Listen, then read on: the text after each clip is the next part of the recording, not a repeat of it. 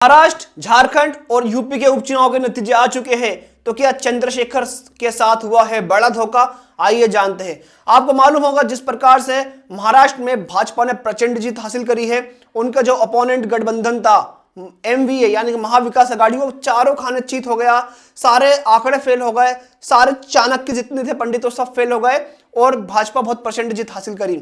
वही झारखंड में क्या होता है, भाजपा बहुत बुरी तरीके से हारी, हमारा भाई हेमंत सोरेन जय जौहर का नारा देते हुए जीत गया और अब झारखंड का सीएम बनेगा। उसको जितना तड़पाया, जितना उसको शोषण किया, वो सबका बदला लेगा, जय जौहर। और दोस्तों आपको पता होगा यूपी का हाल क्या रहा। यूपी में भाई क्या बोलते 7 सीटों पे चुनाव, मतलब 9 सीटों पे चुनाव था और भाजपा 7 सीटें जीती है। मतलब भाजपा ने भाभी प्रचंड जीत हासिल करी है और दम भम भरने वाली, अपने आप को कहने वाली कि हम भाजपा को सफाया कर देंगे, समाजवादी पार्टी और उसका इंडिया गठबंधन केवल 2 सीटें जीत पाया, वो भी बड़ी मुश्किलों से। 1 सीट तो उनके परिवार की है, उनके भतीजी की है।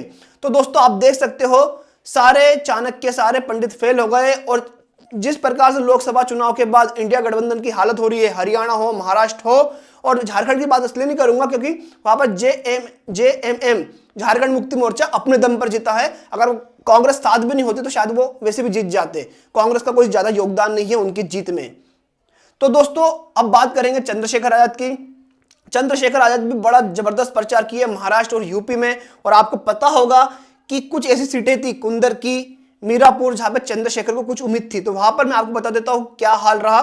भाई जो कुंदर की सीट थी जहां से चांद नवाब लड़ रहे थे, माना जा रहा था कि ये बहुत अच्छे कैंडिडेट है और चंद्रशेखर को जीत दिला सकते हैं, तो उनको टोटल मिले हैं कितने, 13,840 करीब वोट मिले हैं, मतलब 14,000 करीब वोट मिले हैं और ये तीसरे नंबर पर रहे।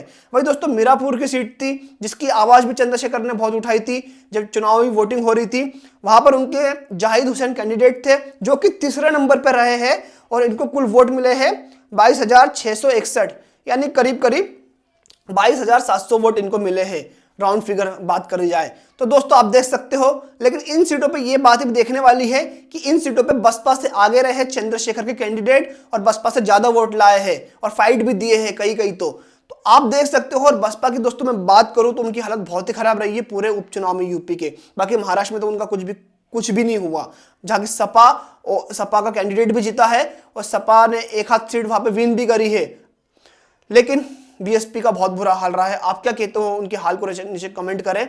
भाई दोस्तों बात करेंगे वर्सोवा सीट की, जहां से लड़ रहे थे आजाद समाज पार्टी की ओर से कौन, एजाज खान, जो कि एक अभिनेता है, इंस्टाग्राम इन्फ्लुएंसर है और अपने आप बिग बॉस में भी जा चुके हैं। उनको टोटल कितने वोट मिले हैं आइए आपको बता देता हूं। उनको वोट मिले हैं भाई केवल 155, आप लोग देख सकते हो। फिर उनका एक ट्वीट भी आता है, इसके बाद वो कहते हैं पूरा ठिकरा, वो अपनी पूरी हार का ठिकरा ईवीएम पे फोड़ देते हैं। उनका कहना है ईवीएम का खेल है भाई साहब, जो सालों से कॉन्टेस्ट कर रहे हैं और पॉलिटिक्स में है, बड़ी पार्टी है, बड़ा नाम है, वो कैंडिडेट भी हार रहे हैं या फिर बहुत कम वोट्स लाए हैं। मैं तो सोशल वर्कर हूं, लोगों की आवाज बनने की कोशिश कर रहा हूं और कोशिश करता रहूंगा, पर मुझे अफसोस उन लोगों का है, उन लोगों के लिए है जिनके पास पार्टी का नाम था, खुद का ट्रैक रिकॉर्ड था, जिन्होंने करोड़ों रुपए खर्च कर दिए 15 दिन में, वो बहुत बुरा हार गए। सब ईवीएम का खेल है भैया। आप लोग क्या कहते हो नीचे कमेंट करके अपनी राय दीजिएगा। दोस्तों लोग ये भी कह रहे हैं इंस्टाग्राम पर एक 5-6 मिलियन फॉलोअर्स होने के बाद भी ये जो स्टार्स होते हैं ये जमीन पे कोई काम नहीं करते, इसलिए जनता इनको पसंद नहीं करती और ये 150 वोट भी नहीं ला पाते, अपनी जमानत भी नहीं बचा पाते। वही दोस्तों चंद्रशेखर ने जो सबसे अच्छी सीट लड़ी हो, उनके कैंडिडेट ने लड़ी हो, वो है अमरावती की, महाराष्ट्र की सीट। महाराष्ट्र की अमरावती की ये सीट है। यहां पर देखिए चंद्रशेखर के जो कैंडिडेट थे अलीम पटेल, उन्होंने बहुत अच्छी और तगड़ी फाइट दी है। किसको, शिवसेना को भी दी है, यानी कि राष्ट्रवादी कांग्रेस को भी दी है, उनका जो एमवीए का महाविकास आघाड़ी का गठबंधन है उसको, और महायुक्ति के गठबंधन को भी। आपको बता दूं अलीम पटेल जी कम से कम 18 से 19 राउंड तक टॉप पर थे, 8 से 9,000 की लीड ले रहे थे और जीत रहे थे, 10,000 की भी लीड उन्होंने पार कर दी थी। लेकिन जैसे ही 20 राउंड हो जाते हैं और 21वां 22वां राउंड चालू होता है तो लगातार उनके हर राउंड में 2-2 हजार वोट कम होते जाते हैं और जब 25वां राउंड आ जाता है तो उनकी जो अपोनेंट रहती है, जिनका नाम है सुलभा संजय खोड़के, वो जीत जाती है, जो कि नेशनलिस्ट कांग्रेस पार्टी, राष्ट्रवादी कांग्रेस पार्टी से है।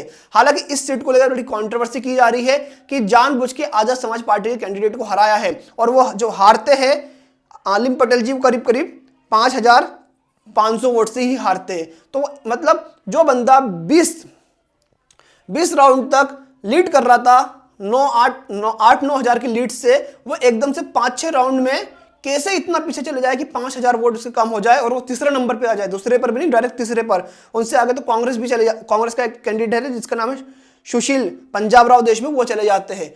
तो भाई इसको लेकर बड़े आवाज उठ रही है कि जानबूझ के तो कुछ किया नहीं गया है आजाद समाज पार्टी के कैंडिडेट को हराने के लिए। आप क्या बोलते हो नीचे कमेंट करें, वीडियो को लाइक करें और चुनाव के बारे में आपकी क्या राय है वो भी नीचे कमेंट करके बताइएगा।